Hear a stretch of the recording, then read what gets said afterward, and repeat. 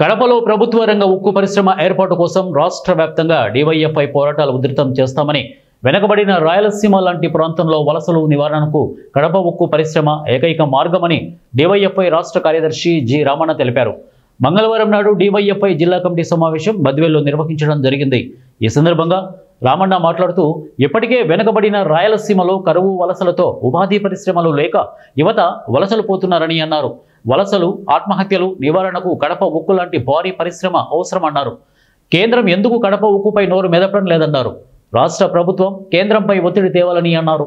DYFI రాష్ట్ర కార్యదర్శి ఈరోజు భారత ప్రజాతంత్ర యువజన సమైక్య డివైఎఫ్ఐ కడప జిల్లా కమిటీ సమావేశం ఈరోజు బద్వేల్లో నిర్వహిస్తున్నాము. ప్రధానంగా ఈ జిల్లాలో డివైఎఫ్ఐ రాబోయే రోజుల్లో పోరాడాల్సిన కర్తవ్యాల మీద ఈ జిల్లా కమిటీలో సమావేశం నిర్వహించబోతున్నాం.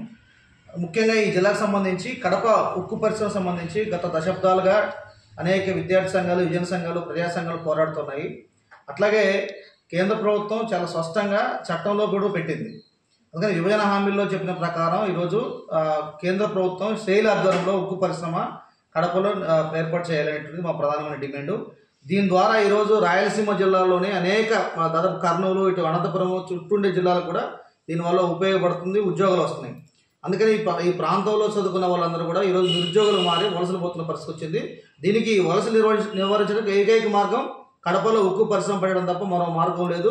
ఇప్పటికైనా రాష్ట్ర ప్రభుత్వం కేంద్రంతో మాట్లాడాలా, ఎందుకంటే కూటమిలో ఉన్నారు కాబట్టి, ఇద్దరు అలయన్స్లో ఉన్నారు కాబట్టి కేంద్రం మీద ఒత్తిడి తీసుకొచ్చి కడపలో ఉక్కు పరిశ్రమ ఏర్పాటు చేయడమే తప్ప వేరే మార్గం లేదు.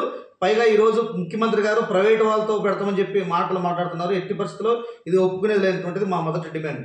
అట్లాగే ఈ ప్రాంతంలో జమ్మల మడుగు ఇట్లాంటి ప్రాంతంలో ఈరోజు సోలార్ పరిశ్రమ పేరుతో వేల ఎకరాల భూములు తీసుకున్నారు.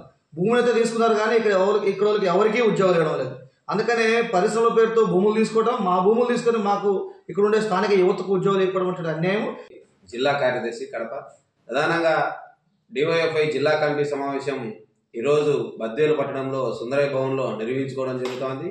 ఈ జిల్లా కమిటీ సమావేశానికి రాష్ట్ర కార్యదర్శి రామన్న గారు ముఖ్య అతిథిగా పాల్గొనడం జరిగింది. జిల్లా వ్యాప్తంగా జిల్లా కమిటీ సభ్యులు, ఆఫీస్ బేరర్లు ఈ సమావేశంలో పాల్గొనడం జరిగింది. ఈ సమావేశంలో ఈ జిల్లాలో ఉన్నటువంటి నిరుద్యోగ యువతకు ఉద్యోగ ఉపాధి అవకాశాలే లక్ష్యంగా చర్చించి భవిష్యత్ కార్యాచరణ రూపొందించాలని చెప్పేసి మేము అనుకుంటున్నాం.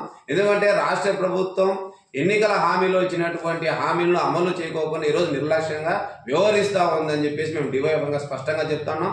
ఎందుకంటే ఎన్నికల హామీలో ఖచ్చితంగా నిరుద్యోగ వృత్తి ఇస్తామని చెప్పినారు. ఈ రోజుకు నిరుద్యోగ వృత్తి అతిగతి లేని పరిస్థితులు ఏర్పడుతుంది. అంతేకాకుండా పరిశ్రమలో ఉద్యోగాలు కల్పిస్తామన్నారు. ఈరోజు పరిశ్రమలలో ఎక్కడా ఉద్యోగాలు వచ్చే పరిస్థితి లేదు. అంతేకాకుండా ఉపాధి పరిశ్రమలు ఏర్పాటు చేస్తామని చెప్పేసి వెనుకబడినటువంటి రాయలసీమ లాంటి ప్రాంతాల్లో ప్రధానంగా ఏర్పాటు చేస్తామని చెప్పారు. ఈరోజు రాయలసీమలో వలసలు, కరువులు నివారణ చేయాల్సిన అవసరం ఎంతైనా ఉంది. ఈరోజు చాలా మంది యువత ఉద్యోగ ఉపాధి అవకాశాలు లేక, తల్లిదండ్రులకు భారంగా లేక ఈరోజు ఆత్మహత్యలు చేసుకుంటా ఉన్నా కానీ ఈ ప్రభుత్వాలకు కనిపించేటువంటి పరిస్థితి లేదు.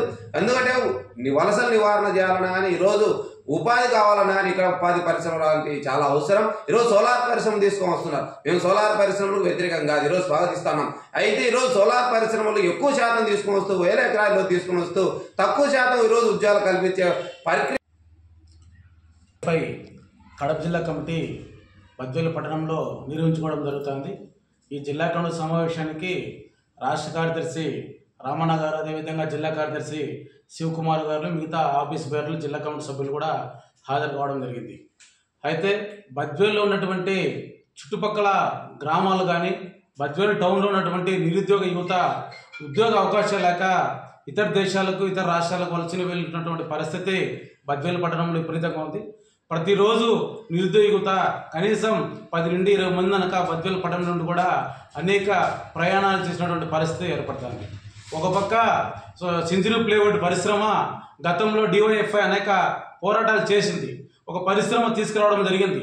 తీసుకొచ్చిన తర్వాత లోకల్కు ఉన్నటువంటి వాళ్ళకు ఉద్యోగ అవకాశాలు కల్పించకుండా నాన్ లోకల్ ఉన్నటువంటి వాళ్ళకు ఉద్యోగ అవకాశాలు కల్పించడం జరిగింది. గతంలో రాజశేఖర రెడ్డి గారు ముఖ్యమంత్రిగా ఉన్న సమయంలో బద్వేలుకు అభివృద్ధి చేసేదానికి కూడా చర్మకారులకు సంబంధించి ఒక లెదర్ పరిశ్రమను ఏర్పాటు చేస్తామని చెప్పేసి కూడా అప్పుడు గవర్నమెంట్లో పెట్టడం జరిగింది.